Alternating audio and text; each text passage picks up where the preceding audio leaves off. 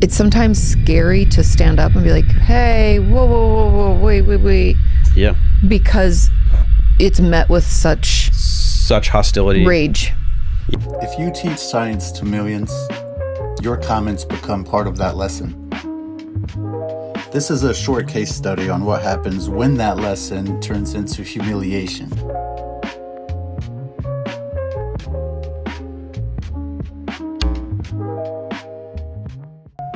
Hey, Ducky here. Welcome to Compelling or Convincing.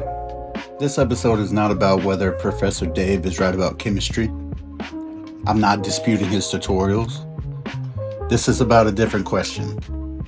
Does the way a science educator treats disagreement model a scientific mindset? Or does it model status and contempt? A quick reminder of the method. Compelling is fast, emotional, rhetorical hooks, confidence, speed, certainty. Convincing is sustained under scrutiny, clear claims, evidence, restraint, engagement without dehumanizing. Professor Dave Explains is a major channel. Social Blade snapshot from February 2026 shows 4.2 million subscribers. Some say Professor Dave holds a bachelor's in chemistry and a master's in science education. He taught high school and undergraduate chemistry for years before going full-time on YouTube. And those credentials matter. They suggest that he should be able to communicate science clearly and effectively if he were to choose. But they also raise a bar because with that kind of background and credentials, most people hold themselves to a higher standard when communicating these things. Grown more pessimistic as of late as to just where we are politically, right? Just as a species, and like I think I'm uniquely suited for the task, so I feel compelled to do it. His debunking videos can be fun to watch. You know, it's like watching your cousin finally stand up to his alcoholic dad on Thanksgiving. There's a lot of insults going around. People are getting called frauds. People are getting called grifters. All while they both have a Patreon and they both ask you to subscribe to it. So from afar, it's hard to kind of see who the fraud or the grifter is, but it's definitely got some value to it. It's fun to bully the bullies, you know? And I was a small kid. I was just going to say, do you feel like this is like, vengeance is mine finally? There's probably, I mean, I'm not actively thinking that way, but subconsciously I'm sure there's... I would say somewhere in there, little Dave is like, you fucking get him. You're going to get it, man. Yeah. This conveniently creates an in-group feeling for people like this. If you don't speak out against their behavior and you stay on their side, it arms you and makes you feel smarter. Clarity plus aggression in this case equals compelling. It'll grab attention. It'll build faux loyalty. Once I realized this, I applied my method by asking a question to his audience. Little did I know what was about to ensue. This is the conversation verbatim. Oh, what to believe? They're like, what is this guy saying? It sounds kind of crazy, but you know. There should be other signs, other contextual cues that lead even the science illiterate to realize that he has no idea what he's talking about. But yes, I am sympathetic to the fact that if you know zero things about physics, listening to him talk, use that jargon, and listening to a physicist use that terminology, you may not be able to tell the difference. It's just that there are these toxic people on the internet that just distort reality and take advantage of people and just measurably make society worse. Okay, thank you for explaining it to me. Most people are just kind of laughing at it, but then it's those low-hanging fruit all the way. I tested his style, not the science facts. And my observation is that sometimes this channel sells superiority, maths and scientific facts. And it's easy to mask this kind of stuff when you're making your audience feel smarter than the people that you're mocking. But all he's really doing is turning science into a social weapon for ridicule. I asked his audience, does watching this guy make you feel any smarter than the people he believes he's smarter than? Stated that he uses pandering language that makes you feel smarter too. But hey, at least you get to smirk and scoff. His first reply was, wow, aren't you an insecure little toddler? I tried to stay calm and ask him why did it think it hurt my feelings. I did ask him to look up projection. I thought it would be helpful Just here. like, no, you know. He reminded me that I was a loser troll with nothing to say. I know he has staunch defenders, but the texts prove itself. I'm not reinterpreting anything that he's saying. And I will continue showing this hypocrisy using his own words.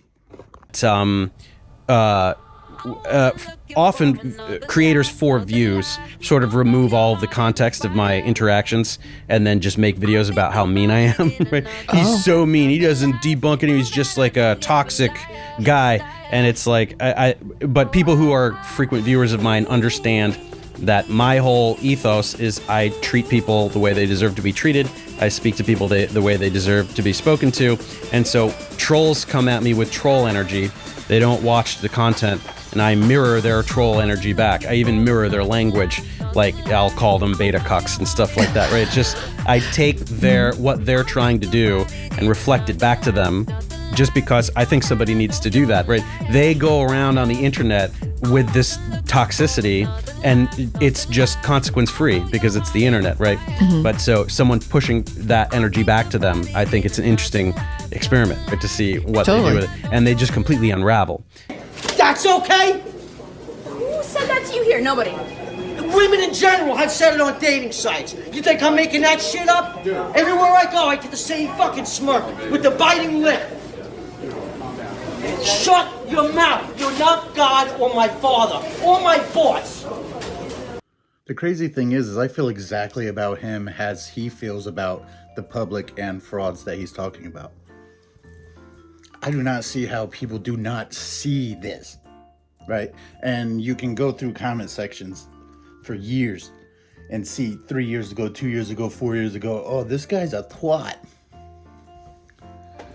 And then to see him so blatantly project, so blatantly insecure is weird and makes me wonder who's his fan base. When you can scroll through his page and see he's for high school students, that's what his targeted base is, which tracks with the behavior. But that's really where my problem lies, is that you're teaching kids to act like this. You're teaching kids to act so hostile when they give a shit take and get pushback for it. You want to say, my words are being taken out of context. That's some like pussy shit. And it's like the most, and this is another thing, if his audiences are men, how do you not see just toxic masculinity rolling fucking out of them?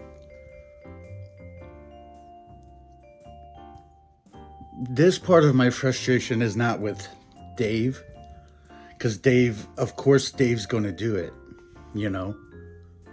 He's got writers, he doesn't even have to know what he's talking about, which is obvious anyway. But people eat it up. And it makes me think, man,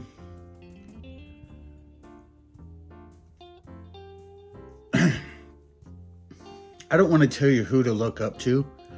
I just want to tell you who to stay the fuck away from. Don't waste your time mimicking these people. This is weak shit. And it's very, very clear. How anyone would confuse that for strength or confidence is beyond me. But I am admittedly not his target audience. You know, I'm not too insecure that I need to watch someone tell someone with religious conviction that they're an idiot. That's just odd to me. And you know, even if you wanted to, there have been so many better people who have done it. You can just go watch Sam Harris if you want, Christopher Hitchens, Richard Dawkins.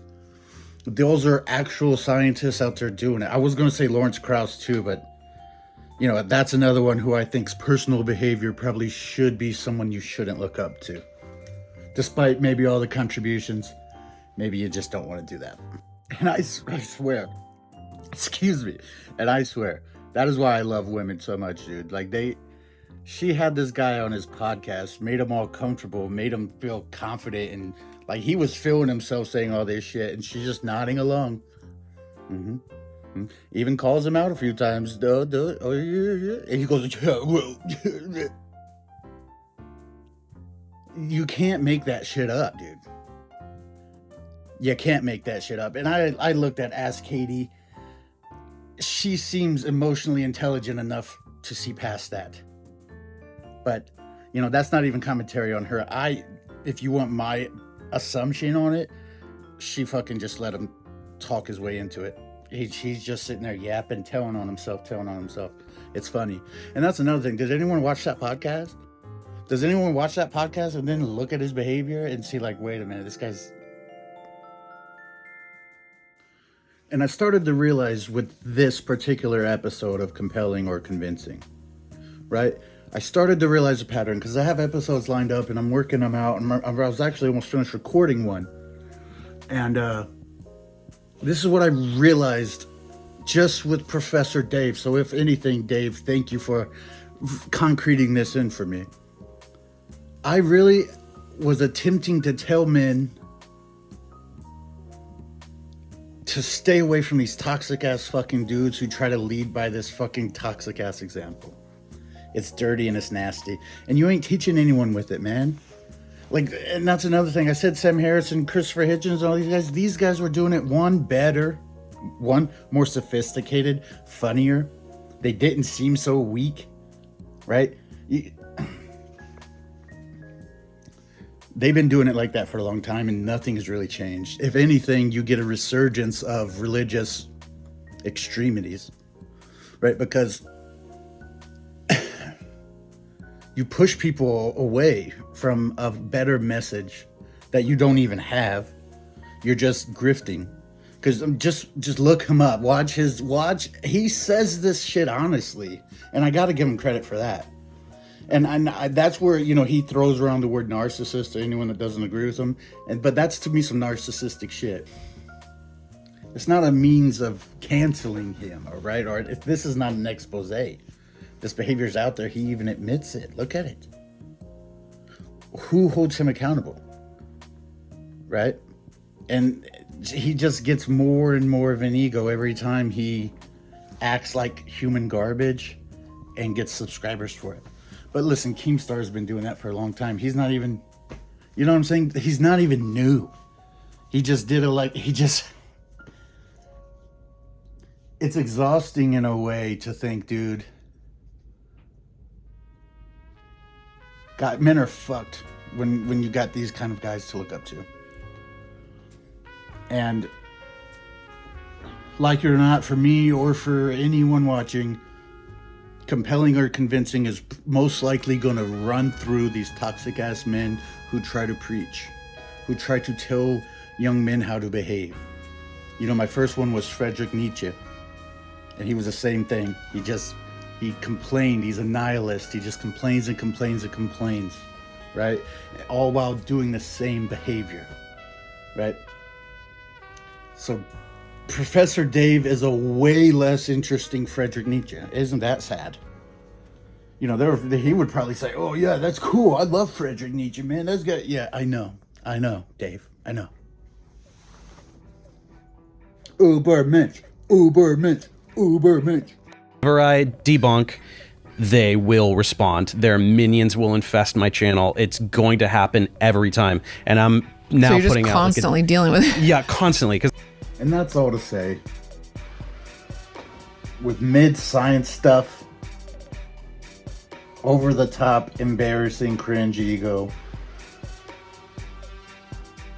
all of your own 99% of your research is done by other people that you pay. Hopefully you pay them. And even with that being the case, Karl Marx would have a lot to say about that. Actually, yeah, you're like a huge product of capitalism. Thanks for that, Professor Dave. But for all of these reasons, I am stunningly unconvinced. In fact, I hesitate to even say he's compelling. But if there wasn't so many impressionable people watching him, I wouldn't even feel the need to say anything. But you know, young people see that bravado and they think it means power, and they are wrong. And people like Professor Dave perpetuate that onto the youth. And I understand it probably happened to him, and that's why he's that way. He saw someone act that way. He said, God, I wish I was that big and strong. Then we got a little bit of balls enough to do it, and enough distance from whoever it was that scared him. Now he'll talk.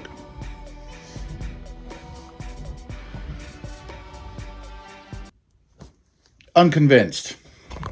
The one clear thing Dave is missing is accountability. Right? He's gone far too long with being able to just spat shit everywhere. But that's what I really do love about the internet, is watching these kind of people, is watching the Icaruses of the internet. These guys fly so high and they come crashing down. And look, if you care about Dave, I would say go hold him accountable, because he'll change. That's his business, right? He only does that because it's cathartic and people sub to him for it. But you can make a difference with these things.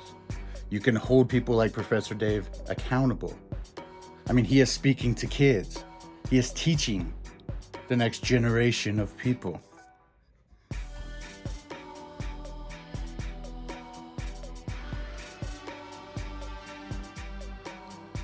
Online and with the people around you, it is as simple as holding them accountable. That's it.